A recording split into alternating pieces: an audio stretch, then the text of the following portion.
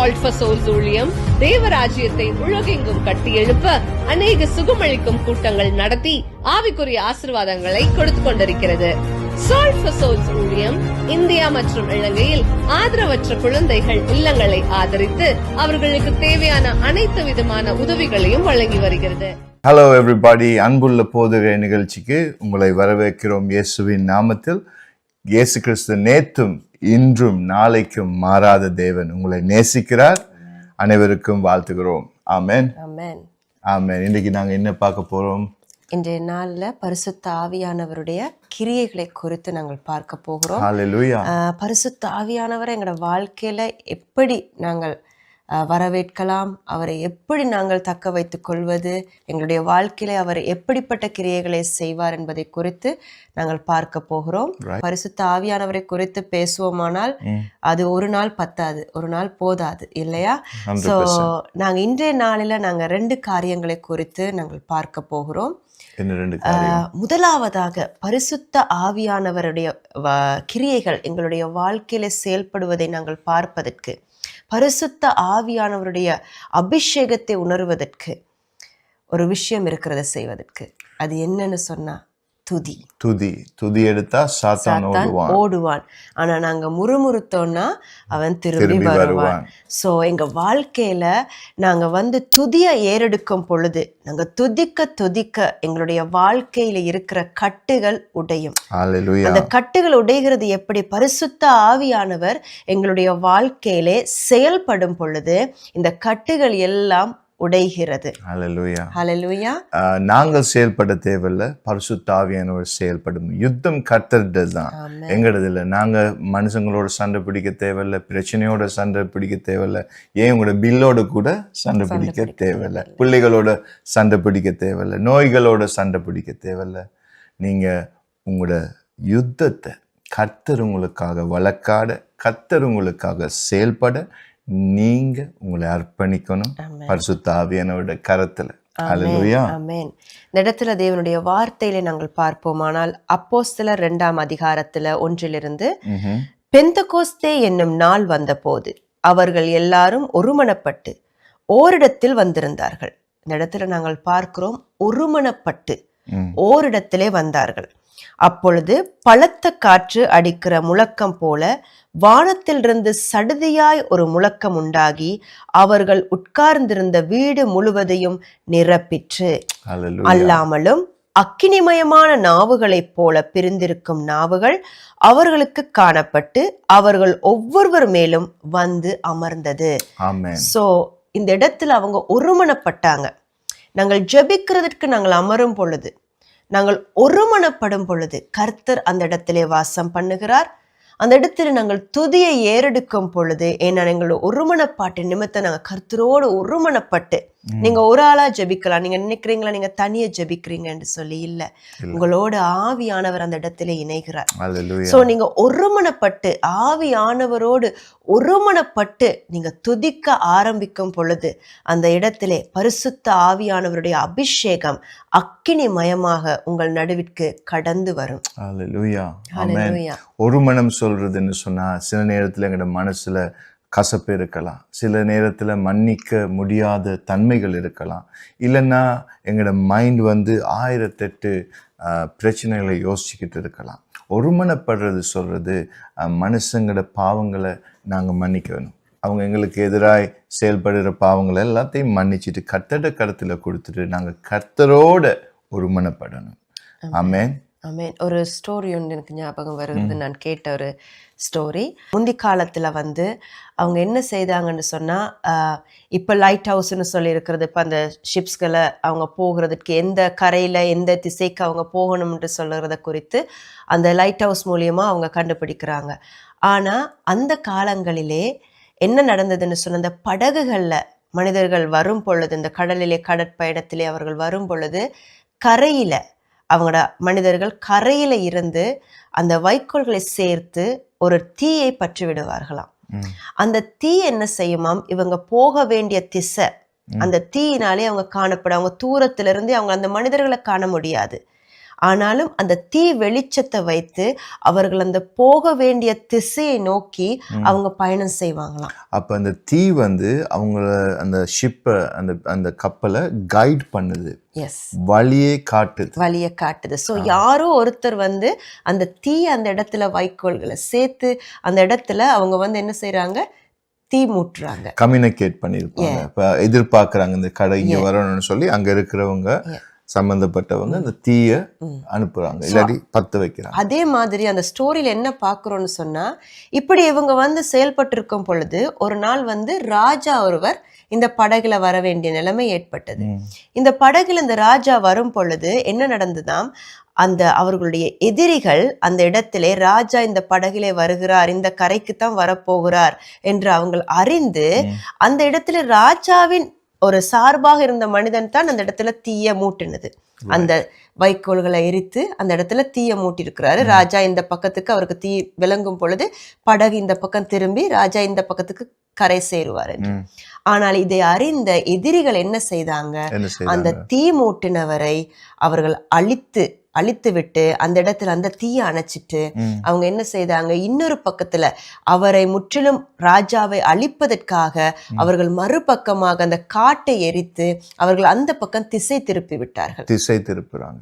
So இதுல இருந்து என்ன ஆண்டவர் எங்களோடு பேசுறார், அந்த மனிதன் நீங்க பாத்தீங்கன்னா அந்த மனிதனை அவங்க வந்து ராஜாவின் சார்பில் இருந்தவரை அந்த இடத்துல இல்லாமல் அவர்கள் அழித்து விட்டு அதன் பிறகாகத்தான் அந்த வைக்கோலின் தீ அணைந்து விட்டது. அது என்னத்தை குறிக்குதுன்னு சொன்னா, இன்னைக்கு எதிரியானவன் எங்களுடைய வாழ்க்கையில நாங்கள் ஏறெடுக்கும் இந்த துதிய அணைக்க முயற்சி செய்கிறான்.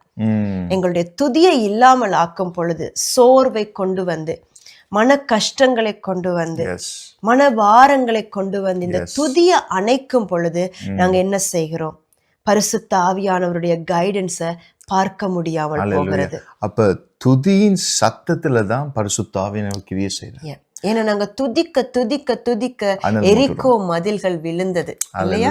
7 நாள் அவங்க சுற்றி வரும் பொழுது எரிகோ மதில் விழுந்தது துதியின் சத்தத்தினாலே. சோ நாங்க துதிக்க கொள்ள ஆவியானவருக்கு நாங்க இடம் கொடுக்கிறோம். அந்த நேரத்துல என்ன நடக்குது, ஆவியானவர் நாங்க இன்னும் அனல் மூட்டி கர்த்தாவே வாங்க வாங்க வாங்கன்னு நாங்க அனலாய் நாங்க துதிக்கும் பொழுது ஆவியானவருடைய செய்கை எங்கள் வாழ்க்கையிலே நாங்கள் காணக்கூடியதாக நிரப்புறார் இல்லையா? ஆமென் ஆமென் ஹல்லேலூயா. ஒரு பாட்டு ஒன்று ஞாபகம் வருது, நிரப்பிடுங்க நிரப்பிடுங்க நிரப்பிடுங்க நிரப்பிடுங்க என்னையே உங்க ஆவியின் அபிஷேகத்தால் நிரப்பிடுங்க என்னையே உங்க ஆவியின் அபிஷேகத்தால் நிரப்பிடுங்க என்னையே. ஆமென். ஹல்லேலூயா. அவர் நிரப்புவார். ஆமென். எங்களோட பானையில கொஞ்சம் தான் தண்ணி இருக்குன்னு சொன்னா நாங்க துதிக்க துதிக்க துதிக்க அந்த அபிஷேக மலை அந்த பானையை நிரப்பும்.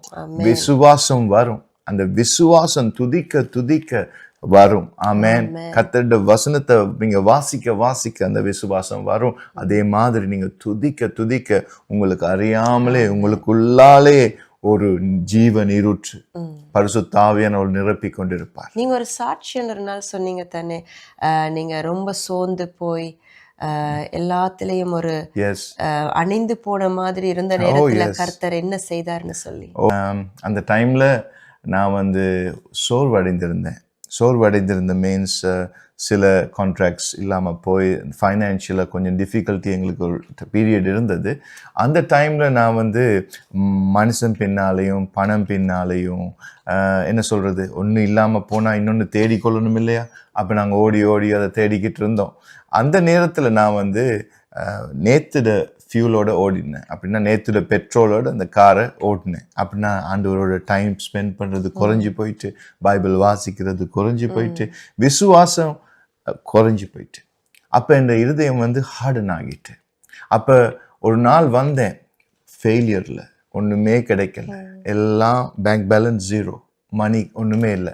அந்த நேரத்தில் நான் வந்து கதவை மூடிட்டு இயேசுவேன்னு சொல்லி ஜெபிக்கிறதுக்கு தோணுச்சு. ஆனாலும் என்னுடைய உள்ளம் வந்து கடினமா இருந்ததுனால ஜெபிக்க முடியல. ஆனா அந்த நேரத்துல நான் வந்து ஜீசஸ் ஐ லவ் யூ, இயேசுவே உம்மை நேசிக்கிறேன், இயேசுவே உம்மை நேசிக்கிறேன்னு சொல்லி நான் சொல்லி இருந்தேன். அந்த நேரத்துல பாத்தீங்கன்னு சொன்னா யாரோ என்னுடைய இருட்டு அறையில லைட்டை போட்ட மாதிரி விசுவாசம் வந்தது. காரணம் வந்து இயேசுவே உம்மை நேசிக்கிறேன்னு சொல்லி இருக்கிற நேரத்துல அந்நிய பாஷை அங்க நிரப்பப்பட்டது. அந்நிய பாஷையில துதிக்க வெளிக்கிட்டேன்.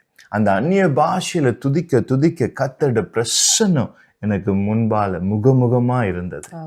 அப்ப அப்படியே விழுந்து நான் கதறி அழுதேன். அந்த நேரத்துல பரிசுத்த ஆவியானவர் என்னை மறுபடி எழுப்பினார். ஆமென். துதித்தேன். ஹல்லேலூயா. அந்நிய பாஷையில் துதித்தேன். கர்த்தர் அனல் மூட்டினார். சில நேரங்களில் நீங்க வந்து துதியை எடுக்க வேண்டும் என்று நினைக்கும் பொழுது சத்தமாக சில நேரம் துதிக்க வராது, பாடல்கள் பாடுறதுக்கே வராது. ஏன்னா அவங்களோட சிச்சுவேஷன், நீங்க சூழ்ந்திருக்கும் அந்த காரியங்கள், உங்களோட வாழ்க்கையில இருக்கிற மனபாரங்கள், எவ்வளவோ கடந்து வந்திருக்கிற பாதைகள் நினைக்கும் பொழுது சில நேரத்தில் உங்களால் துதிக்க முடியாமல் இருக்கும், சோர்வாக இருக்கும், ஒரு அனலே இல்லாத மாதிரி இருக்கும். ஆண்டவரே நான் உங்களை விட்டு பிரிந்துட்டேனா, நீங்கள் என்னோட இல்லையா, இப்படியெல்லாம் சில நேரத்தில் கேட்க தோணும்.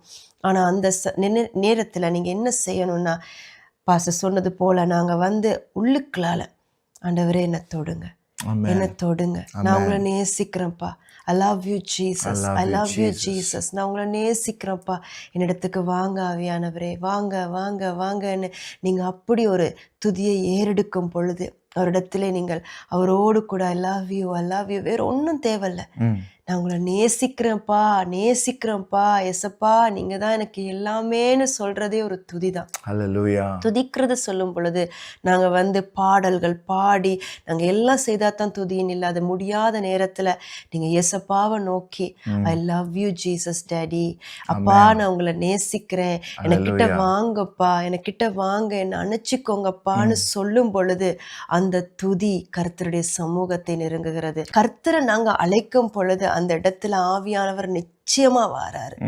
அந்த இடத்துல நிச்சயமா அவர் உங்க இடத்துல வருவாரு. நீங்க மனம் கசந்து நீங்க அழுகிற நேரத்துல யாருமே என்னை அணைக்கிறதுக்கு இல்லையா, யாருமே எனக்கு ஆறுதல் சொல்லுகிறதுக்கு இல்லையா என்று சொல்லி நீங்கள் நினைக்கலாம். ஆனா அந்த நேரத்துல எல்லாம் ஏசப்பா சொல்றாரு, ஆவியானவர் உங்களோடு நிற்கிறார், வாக்கு கடங்காத பெருமூச்சோடு உங்களோடு கூட அவர் ஜெபிக்கிறார், துதிக்கிறார், உங்களோடு இணைந்திருக்கிறார். சோ நீங்க தனிமையா இல்ல.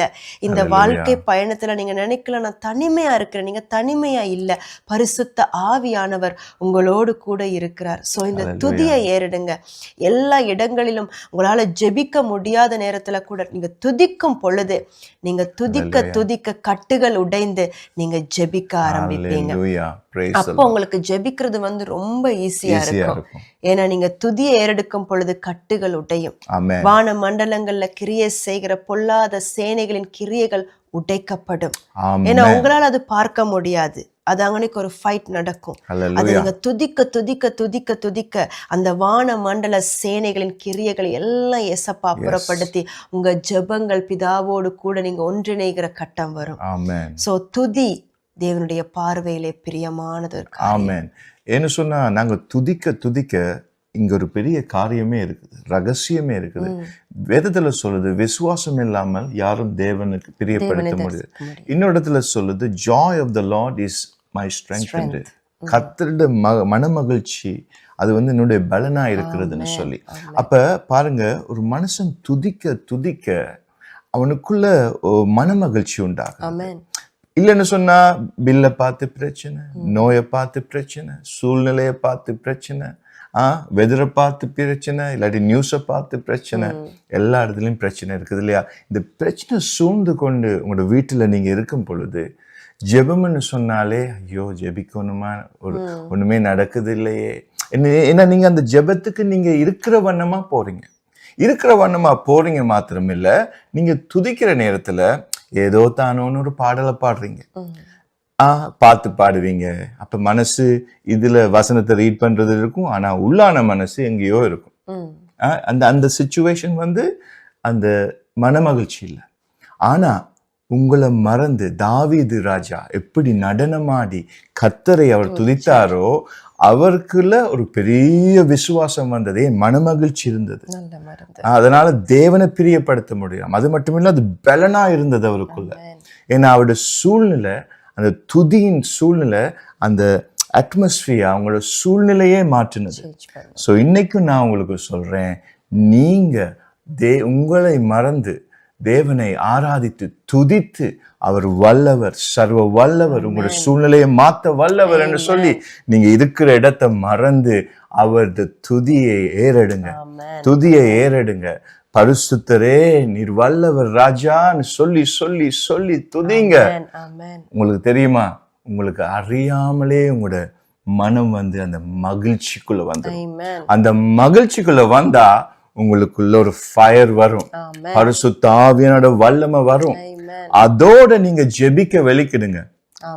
பாஸ்டர் ரிபேக்கா சொன்ன மாதிரி அந்த வானங்கள் திறக்கப்படும், உங்களோட ஜெபம் மேலெடுக்கப்படும். அநேகர் வந்து இந்த துதிக்க முடியாம, இல்லாட்டி ஒரு பேருக்கு துதிச்சுட்டு அவங்க ஜெபிக்கிற நேரத்துல அவங்களுக்கு ஜெபம் ஆன்சர் பண்ண கிடைக்குது இல்லை. அப்ப அவங்க டிசப்பாயிண்ட் பண்றாங்க. ஐயோ, நேத்து ஜெபிச்சேன், முந்தினாத்து ஜெபிச்சேன், ஒன்றுமே நடக்குது இல்லையா, அதே மாதிரி தானே இருக்குது, இல்லாட்டி நான் தேவ மனுஷனை தேடி ஓடணுமா, அப்படி அப்படின்னு சொல்லி ஆக்கள் தப்பு கணக்கு போடுறாங்க இல்லையா. தேவன் எடுக்கும் பொழுதுதான் எல்லா கட்டுகளும் உடையும். தேவ மனுஷனை நாடுகிறது தப்பு இல்லை, அவங்க ஜெபிக்கலாம் அவங்களுக்கு. ஆனாலும் நீங்க வீட்டிலிருந்து ஜெபிச்சு பாருங்க, அதே கர்த்தர் உங்களுக்கும் பெரிய காரியம் செய்வார். அன்று சொல்லுகிறார் வார்த்தையில, பரலோகத்தின் திறவுகோலை நான் உனக்கு தருகிறேன், நீ எதை இந்த பூமியிலே கட்டுகிறாயோ அதை பரலோகத்திலும் கட்டுவேன், எதை நீ இந்த பூமியிலே கட்டவிழ்க்கிறாயோ அதை நான் பரலோகத்திலும் கட்டவிழ்ப்பேன். ஸோ எதை நீண்டு சொல்லும் பொழுது அது பர்சனலைஸ், எங்களுக்காக கர்த்தர் கொடுக்கிற ஒரு வார்த்தை. நீங்கள் எதை நீங்க இந்த பூமியில அவருடைய நாமத்து நிமித்தம் கட்டுவீங்களோ அதை கர்த்தர் கனப்படுத்துகிறார், அந்த வார்த்தையை கேட்கிறார். அவர் அந்த வானமண்டல சேனைகளை கட்டி போடுகிறார். ஸோ இதுக்கெல்லாம் என்ன எங்களுக்கு அவசியமாக இருக்கிறது? துதி. நாங்கள் துதித்து நாங்கள் தேவனிடத்திலே அவரை நோக்கி பார்க்கும் பொழுது பரிசுத்த ஆவியானவர் எங்களுக்குள்ளே வருகிறார். எங்களுக்குள்ளே வரும் பொழுது என்ன நடக்கிறது? நாங்க வந்து எல்லா இடங்களிலும் சாட்சியாக நிற்போம், அவருடைய வார்த்தையை சொல்லி வருவோம், அவருடைய துதியை சொல்லி வருவோம், கர்த்தருடைய கனிகளினாலே நாங்கள் நிரப்பப்படுவோம். ஆமென், ஆமென், ஆமென். இன்னொரு இடத்துல இயேசு சொல்றார், ஒரு வீட்டுள்ளுக்க போயிட்டு ஒரு மனுஷன் பொருள் எல்லாம் நீங்க திருடணும்னு சொன்னா, முதலாவது அந்த வீட்டுல இருக்கிற ஸ்ட்ராங் மேன், அந்த பலசாலியை நீங்க கட்ட வேண்டும். அதுக்கு பிறகுதான் அவன் வீட்டுல இருக்கிற சாமான்கள் எல்லாம் எடுத்துட்டு போகலாம். இப்ப நாங்க யோசிச்சு பார்ப்போம், இப்ப சில நேரத்துல சாத்தான் வந்து எங்களை கட்டி போட்டுரும். நாங்க கிறிஸ்தவங்களா இருக்கலாம், சபைக்கு போறவங்களா இருக்கலாம், ஜெபிக்கிறவங்களா கூட இருக்கலாம். ஆனா அந்த இடத்துல பாத்தீங்கன்னு சொன்னா, சோர்வுல நாங்க இருக்கும் பொழுது, பயத்துல நாங்க இருக்கும் பொழுது எங்களுக்குள்ள விசுவாசம் இல்லை. விசுவாசம் இல்லாது விட்டால் நாங்க வீக் ஆகி விட்டுருவோம் இல்லையா. வீக்கான பர்சனை நல்லா கட்டி போடலாம். ஆனா அந்த கட்டை நாங்க அவுக்கணும்னு சொன்னா, அந்த வீக், அந்த ஸ்டேட் அப்படின்னு சொன்னா, அந்த எங்களுக்கு இந்த பலவீனமாய் நாங்க இருக்கிற காரியம் பலனாய் மாற வேண்டும். ஆமென். பலவீனமா இருக்கிறதுனாலதான் எங்களோட துதிக்கு பவர் இல்லை, ஜெபத்துக்கு பவர் இல்லை. அந்த சூழ்நிலை மாறணும்னு சொன்னா நாங்க கர்த்தரை துதிக்க வேணும். துதிக்க துதிக்க துதிக்க துதியை ஏறெடுக்க அப்படியே அந்த எங்களை கட்டி வச்சிருக்க சங்கிலி எல்லாம் உடைஞ்சிரும். ஆமென். ஒரு காரியம் நடந்தது இல்லையா அப்போஸ்தலர்ல? என்ன நடந்தது? பவுலும் சீலா அவங்க துதியை ஏறெடுக்கும் பொழுது சிறைச்சாலை கதவுகள் திறக்கப்பட்டது. அவங்க போக வேண்டிய டெஸ்டினேஷனுக்கு போகக்கூடியதா இருந்தது. அப்ப அவங்க என்ன சூழ்நிலையில இருந்தாங்க? கட்டப்பட்ட சூழ்நிலையில காணப்பட்டாங்க. அதுவும் அந்த காலத்துல கைத பண்ணப்பட்டிருக்காங்க இல்லையா. அப்படின்னா அவங்க யோசிச்சு, ஐயோ நாங்க செத்துருவோமேன்னு கூட யோசிச்சிருக்கலாம் இல்லை. ஏன்னா அந்த காலத்துல அப்படித்தான் சூழ்நிலை இல்லையா. கிறிஸ்தவங்கன்னு சொன்னா தண்டனை. இன்னைக்கு நாங்க கிறிஸ்தவங்கன்னு சொல்றது பெரிய ப்ரிவிலேஜ், கர்த்தர் பிள்ளைன்னு சொல்லி நாங்க தலை நிமிர்ந்து போகலாம். ஆனா அந்த காலத்துல அவங்க ஓடி ஒளிஞ்சிருந்தாங்க எல்லாரும் பயத்துல, ரோமன்ஸுக்கு பயத்துல, இராணுவம் எங்களை கைது பண்ணிடுமான்னு சொல்லி பயத்துல. ஆனா அந்த பயம் சூழ்நிலையும் கூட அவங்க வந்து விட்டு கொடுக்கல பாருங்க. அவங்க கர்த்தரை துதிக்கிறாங்க. துதிச்சாங்க. அந்த மாதிரியான ஒரு நிலைமையில கூட அவங்க தேவனை நோக்கி பார்த்தாங்க. அவங்களோட வாய்கள் சும்மா இருக்கல்ல, புலம்பல்ல. அவங்க கர்த்தரை தூஷித்து அவங்க நிக்கல. ஆண்டவரே, இன்னைக்கு இந்த நிலைமையில இருக்கிறோமே, கட்டப்பட்டுட்டோம், சிறைச்சாலைக்குள்ள கூட போட்டுட்டாங்க, நீங்க எங்க இருக்கிறீங்கன்னு சொல்லி அவங்க கேட்கல. அதுல கூட அவங்க மகிழ்ச்சியாக தேவனை நோக்கி துதிச்சாங்க. இன்னைக்கு எத்தனை பேர் நாங்க எங்களோட வாழ்க்கையில பிரச்சனைகள் வரும் பொழுது நாங்கள் முறுமுறுத்து கொண்டே இருப்போமானால், தேவனை நோக்கி தூஷித்து கொண்டே இருப்போமானால் அந்த துதி ஏறெடுக்கப்பட முடியாது. ஏன்னா நாங்க துதிக்கத்தான் சாத்தான் ஓடுவான். ஏன்னா துதி என்பது ஒரு வெப்பன், கர்த்தர் எங்களுக்கு கொடுக்கிற ஒரு ஆயுதம். ஒரு ஒரு வீட்டுக்கு வரும் பொழுது, ஒரு எதிரியானவன் போருக்குள்ளே வரும் பொழுது வெப்பன்ஸ் வச்சிருப்பாங்க, ஆயுதங்களை வச்சிருப்பாங்க மற்ற கட்சி. அதே போலத்தான் நாங்க எங்கட ஆயுதம் என்னென்று சொன்னா துதி.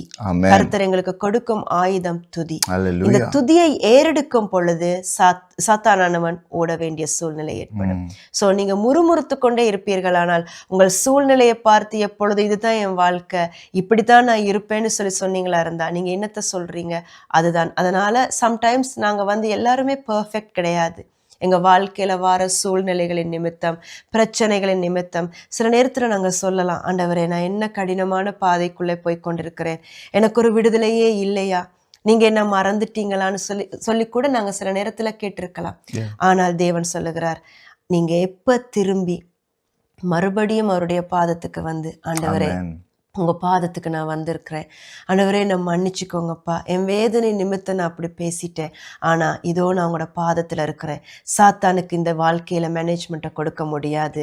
பரிசுத்த ஆவியானவர் தான் ஃபுல் கண்ட்ரோல் எங்க குடும்பத்துல எடுக்கணும்னு சொல்லி அந்த டோட்டல் கண்ட்ரோலை பரிசுத்த ஆவியானவருக்கு நீங்க கொடுக்கும் பொழுது ஆண்டவர் நிச்சயமாக உங்கள் குடும்பத்திலே அதிசயங்களை செய்வார். ஹல்லேலூயா. கர்த்தர் நல்லவர், கண்டிப்பா அதிசயங்களை செய்வார். இந்த சம்பவத்தை நாங்க பார்த்தோம்னா, அவங்க பயத்துல இல்லாட்டி மரண பயத்துக்கோ பயப்படல. ஏன்னா அவங்க அறிகிற கர்த்தர் யாருன்னு அவங்க ருசிச்சிருந்தாங்க. அவங்க கர்த்தர் ஜீவிக்கிறாருன்னு நம்பி இருந்தாங்க. இயேசு இன்றைக்கும் வாழ்கிறார் என்று சொல்லி நிச்சயத்தோடு இருந்தாங்க. நாங்க பிரசன்ல இருந்தாலும் கூட பரவாயில்ல, இந்த சிறைச்சாலை திறக்கப்படும் என்று நம்பியிருந்தாங்க. அதே மாதிரி தான் நீங்களும் இன்னைக்கு நீங்க விட்டு கொடுக்காதீங்க. சின்ன தலைவலி வந்தோன்னு நாங்க சொல்லுவோம், ஆண்டவரே ஏன் எனக்கு இந்த தலைவலி வந்தது இல்லையா, இல்லாட்டி பிள்ளைகள் திசை மாறி போறாங்கன்னு சொன்னா ஐயோ ஏன் இப்படி நடந்ததுன்னு சொல்லி அப்படியே சோர்வடைந்துடும். உங்களுக்கு தெரியுமா, உலகத்தில் இருக்கிறவரை பார்க்கிலும் உங்களுக்குள்ள இருக்கிறவர் பெரியவர். ஆமென். அந்த அறிவுல நாங்க நடக்க வேண்டும். கர்த்தர் ஜீவிக்கிறார், கர்த்தர் உண்மை உள்ளவர். ஆமென். என்னை காண்கிற தேவன் என்னை கைவிட மாட்டார் என்று நீங்களும் நானும் நம்ப வேண்டும். ஆமென். இன்று நாங்கள் அநாதையா இல்லை. இயேசு கிறிஸ்து எடுக்கப்பட முந்தி சொன்னார், நான் உங்களை அநாதையை விட்டுட்டு போக மாட்டேன், உங்களுக்கு பரிசுத்த ஆவியானவரை தருவேன் என்று சொல்லி. அந்த பரிசுத்த ஆவியானவர் உங்களுக்குள்ளே ஜீவமா இருக்கிறாரா? இன்றைக்கு நீங்கள் உலகத்துக்கு வெளிச்சமா இருக்கிறீர்களா? உங்களோட ஜெப வாழ்க்கை இல்லாட்டி இன்னைக்கு எப்படி இருக்கிறது? துதி வாழ்க்கை எப்படி இருக்கிறது? துதிதான் உங்களோட ஆயுதம், துதிதான் உங்களோட பலன், வசனம் தான் உங்களோட சோட் என்று சொல்லி வேதம் சொல்லுகிறது, பட்டயம் என்று சொல்லி. இந்த பட்டயத்தை எடுத்து நாங்கள் யுத்தம் பண்ண வேணும். ஆனா நாங்க எப்படி தெரியுமா யுத்தம் பண்ணணும்? ஆக்களை போய் பட்டயத்தால குத்துறது இல்லை. நாங்க பரலோகத்துக்கு எங்கள் கரத்தை நோக்கி நாங்க துதியை ஏறெடுக்க வேண்டும். துதியை ஏறெடுக்க பரலோகம் எங்களுக்கா யுத்தம் செய்யும். ஹல்லேலூயா. மோசஸ் கரத்தை அங்க தூக்குற நேரத்துல பழைய ஏற்பாட்டுல ஜோஷுவா தூக்குற நேரத்துல என்ன நடந்தது? அந்த இடத்துல வெற்றியை கண்டார்கள். எப்பெல்லாவோட கைகள் கீழே போகுதோ, சோர்வுல, டயர்ட்ல, அங்க அவங்க தோக்குறாங்க. எப்ப சத்துரு உங்களுக்கு வீட்டுல திருட வருவான், எப்ப கலையை விதைப்பான், நாங்கள் தூங்குற வேலையில. அதுதான் பைபிள் இல்ல, அதுதான் இந்த பாடல்கள்ல நாங்க பாக்குறோம். துதி எடுத்தா சாத்தான் ஓடுவான், முறுமுறுத்தா திரும்பி இல்லாட்டி தூங்காமல் ஜெபிக்கும் வரம் தாங்கப்பா என்று சொல்லி. ஆமென். இன்றைக்கு நீங்க என்ன சோர்வுல இருந்தாலும், என்ன மாதிரியான சூழ்நிலையில் இருந்தாலும், இந்த நேரத்திலே ஆவியானவர் உங்களோடு பேச விரும்புகிறார். நீ இவ்வளவு காலமாக இருந்த இந்த நிலைமை போதும், ஆமென். இவ்வளவு காலமாக உன்னால துதிக்க முடியல, ஜெபிக்க முடியல, அநேக பிரச்சனைகளை நினைத்து நீ கதறிக்கொண்டிருந்தாய். ஆனால் இந்த நிமிஷத்திலிருந்து ஆவியானவருக்கு நீங்க உங்களை ஒப்பு கொடுப்பீங்கன்னு சொன்ன நாங்கள் ஜெபிக்கும் பொழுது ஹல்லேலூயா. கர்த்தர் இயேசு உங்க வாழ்க்கையில நிச்சயமா அதிசயம் செய்வார். ஆமென். ஆவியானவர் உங்கள் வாழ்க்கையில செயல்பட போகிறார்.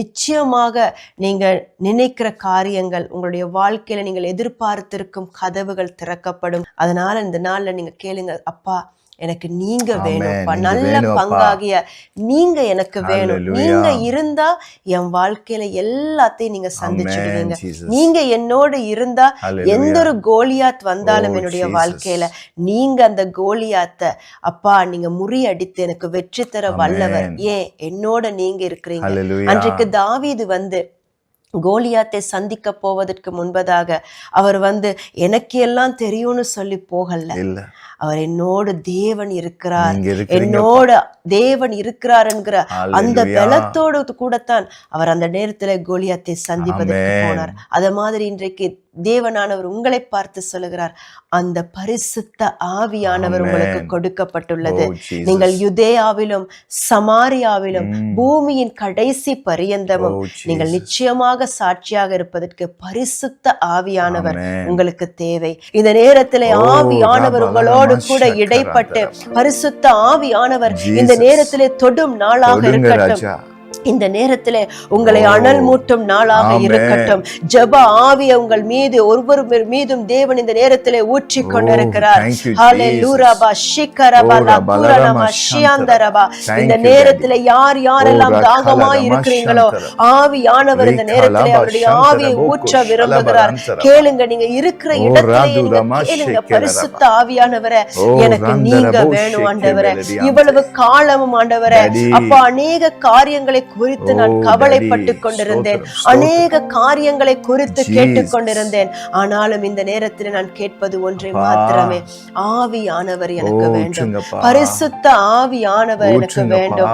பரிசுத்த ஆவியானவர் எனக்கு வேண்டும். ஊற்றுங்கப்பா. ஆண்டவரே இது போதாது ஆண்டவரே, Jesus. எனக்கு இன்னும் வேணும் ஆண்டவரே. அப்பா, உங்க ஸ்தோத்திரம். ஆவியினால என்னை நிரப்புங்க. நிரப்புங்கப்பா. எனக்கு இந்த அபிஷேகம் போதாது, எனக்கு இன்னும் வேணும் ஆண்டவரே. Jesus. என் ஆவியினால நிரப்புங்க ஆண்டவரே. நிரப்புங்க ராஜா. நீங்க இந்த நேரத்திலே ஜெப நேரத்திலே Oh, கேளுங்க. thank you, Daddy. இயேசுவின் நாமத்தில் Hallelujah. ஆண்டவரே, பார்த்துக்கிட்டு இருக்கிற ஒவ்வொரு மேலையும் ஒரு அக்கினி இந்த Amen. வேளையில் வந்து அமரட்டும் அப்பா. Amen. ஆண்டவரே, விழுந்து போயிருக்கிற ஜெப அல்டர்ஸ்களை, ஜெப பலிபீடங்களை கட்டி எழுப்புறதுக்காய் Amen. ஸ்தோத்திரம். Amen. இருளின் அதிகாரம் நீக்கப்படுவதாக Amen. ஒரு அபிஷேகம், ஒரு வெளிச்சம் வீடுகளிலே உண்டாகட்டும் Amen. ஆண்டவரே. Amen. அப்பா பிதாவே, ஒரு பயத்தின் ஆவிகளை எடுத்து ஒரு வல்லமையின் ஒரு பலத்த ஆவி கொடுக்கிறதுக்காய் Amen. ஸ்தோத்திரம். Amen. இயேசு கிறிஸ்துவின் நாமத்தில் பிதாவே, இதோ ஆசீர்வதிங்க. Amen. நோயில் இருக்கிற யாவருக்கும் சுகத்தை கட்டளையிடுங்க. இந்த Amen. வேளையில் இயேசு கிறிஸ்துவின் நாமத்தில் சுகம் உண்டாவதாக என்று சொல்லி கட்டளையிடுகிறேன் அப்பா.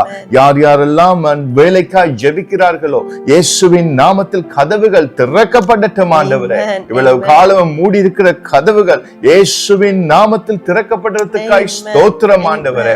அப்பா, அந்த உறவுகள்ல, சிஸ்டர்ஸ் உறவுகள்ல ஆண்டவரே ஒரு மனப்பாடு உண்டாவதாக அப்பா. இயேசு கிறிஸ்துவின் நாமத்தினாலே யார் யாரெல்லாம் கூப்பிடுறார்களோ இந்த வேளையில அவங்களை தொடுறதுக்காய் ஸ்தோத்திரம் ஆண்டவரே. தொட்டு சுகம் ஆக்குங்கப்பா, தொட்டு சுகம் ஆக்குங்கப்பா. இயேசு கிறிஸ்துவின் நாமத்தில் ஒரு வல்லமை வீடுகளிலே பாயிரத்துக்காய் ஸ்தோத்திரம் அப்பா. பிதாவே, உமக்கே இயேசு கிறிஸ்துவின் நாமத்தினாலே மகிமை உண்டாவதாக என்று சொல்லி ஜெபிக்கிறோம் இயேசுவின் நாமத்தில். ஆமென். அல்லேலூயா.